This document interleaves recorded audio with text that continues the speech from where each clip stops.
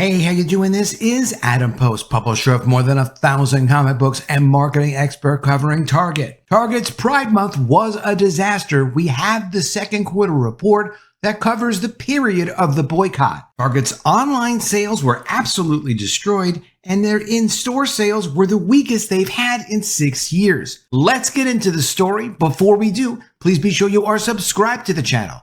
Click the bell for notifications. Give me a thumbs up. I really appreciate you. I'm trying to get to 30,000 subscribers, so if you can subscribe, please do subscribe. Coming from the Wall Street Journal, Target sales are punished by Pride Month backlash. Retailer lowers profit goal for full year. Executives say they will modify their Pride Month promotions. Target said shopper backlash over its Pride Month collection, as well as cautious consumers, pushed sales sharply lower in the most recent quarter. So they openly admit it was their Pride Month fiasco that caused their sales to go down so dramatically. The retailer said it expected sales to decline again in the current quarter and lowered its profit goal for the full year. Executives said they would still mark Pride Month next year, but with a more focused assortment of merchandise. Quote, as we navigate an ever-changing operating and social environment, we are applying what we learned.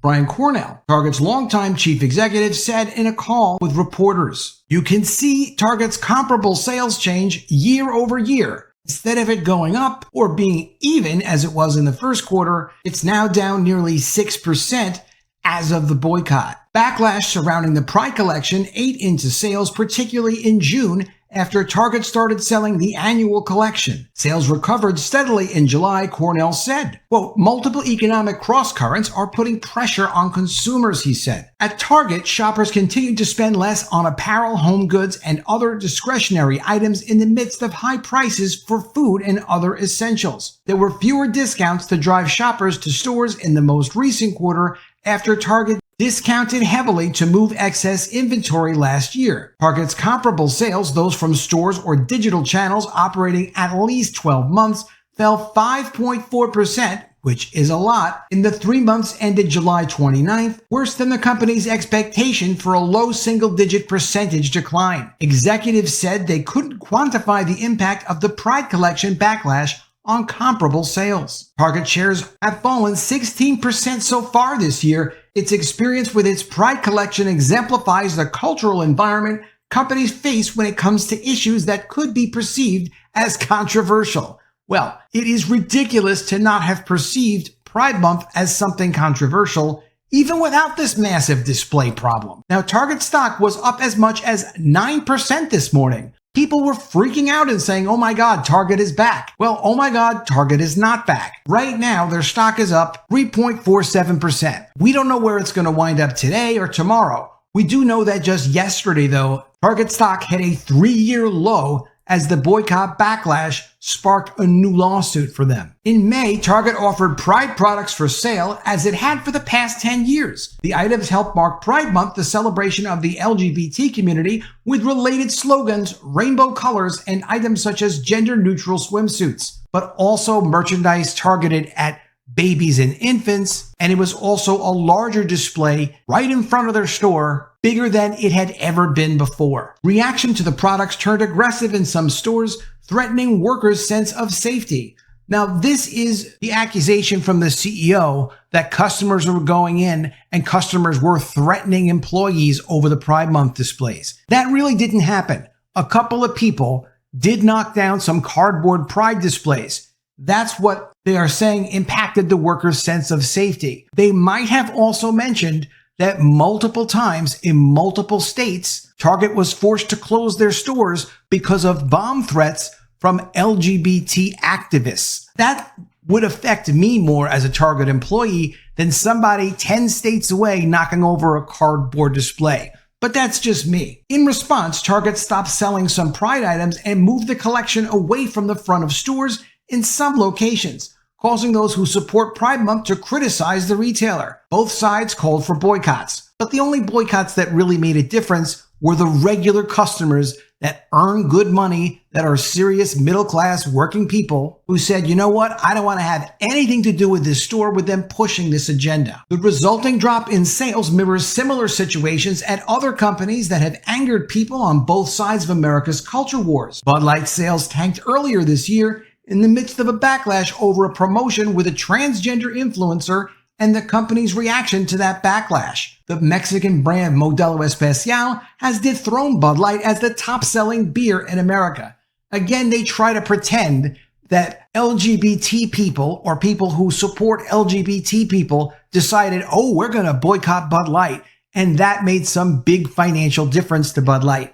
It didn't. It's pretending, alienating the regular customers of Bud Light by trying to push Dylan Mulvaney on them as the new face of the beer and face of the brand was enough to destroy the sales over for Anheuser-Busch. They lost $390 million in sales in the North American market in just 3 months. They caused Bud Light to drop its volume by anywhere from 30 to 90% nationally, and they've lost $27 billion from their stock. That was not LGBT people boycotting Bud Light. For Target, the sales decline surrounding its Pride collection conflict comes as it faces already weak demand. Earlier this year, Target said sales had slowed as shoppers shift spending away from pandemic-era favorites, including patio decor and most discretionary items, as prices for food rose in the midst of high inflation. That consumer dynamic is challenging for the Minneapolis-based retailer, which counts on discretionary categories such as toys and electronics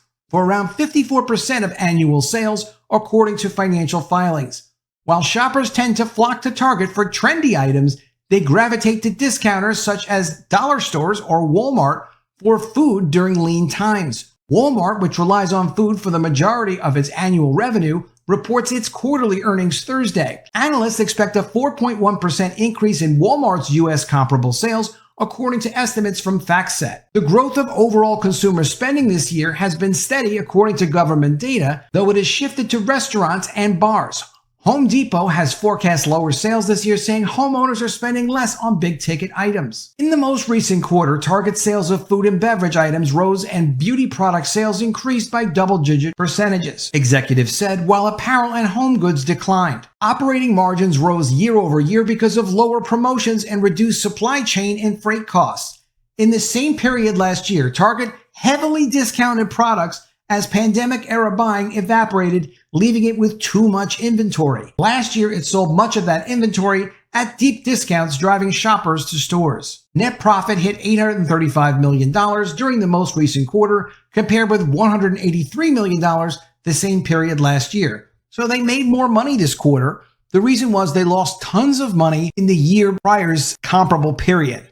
And that's because of the massive discounting on extra junk that they had bought that they thought would sell forever, even though the pandemic obviously had to end at some point. Target's total revenue dropped 4.9% to $24.8 billion. The company will shift how it sells Pride and other Heritage Month collections going forward, said Target Chief Growth Officer Christina Hennington on the call with reporters. She said the company would have a slightly more focused assortment, adjust its store displays, and reconsider the mix of brands it sells. Quote, you will see us celebrate Pride. You will see us celebrate these heritage moments, but with these modifications. So we don't know what the modifications are, but it seems like they're going to be pushing their agendas a little bit less because as much as, yes, BlackRock is a big owner in companies like Target, Vanguard, State Street, all these major pension fund companies that control the public's money have a lot to say when it comes to what Target can and can't do. They are required to push their ESG type agendas.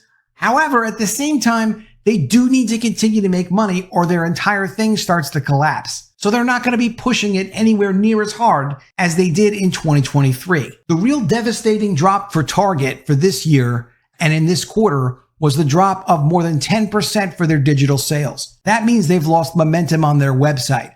Of course, the same store sales drop is also terrible for them because it means people are not maintaining their routines to support and shop at their stores. We knew that Pride Month was going to be bad for Target. We've seen different reports from individual people that work in stores saying that the stores have been empty, saying that the stores have been slow, saying that pickup traffic when people come to pick up drive-up orders is off as much as 50%. Their sales are not off by 50% nationwide, but they're off by a dramatic amount. It's the first quarter in 6 years that they haven't increased sales. And they're also saying that they expect sales to continue to decline throughout the year of 2023 at least. In addition to this, Target is facing student loan repayments and having to deal with a really worsening economy.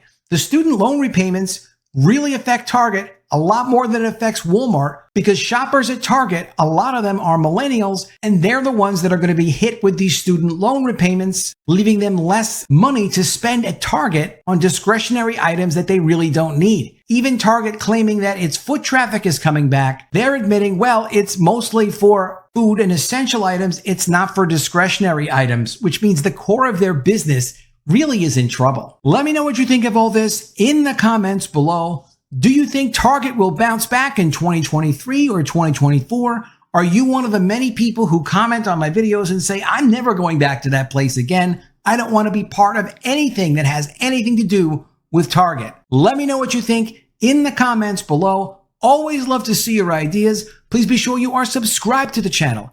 Click the bell for notifications, give me a thumbs up, and I'll see you again soon with another video. And if I don't see you, I will miss you.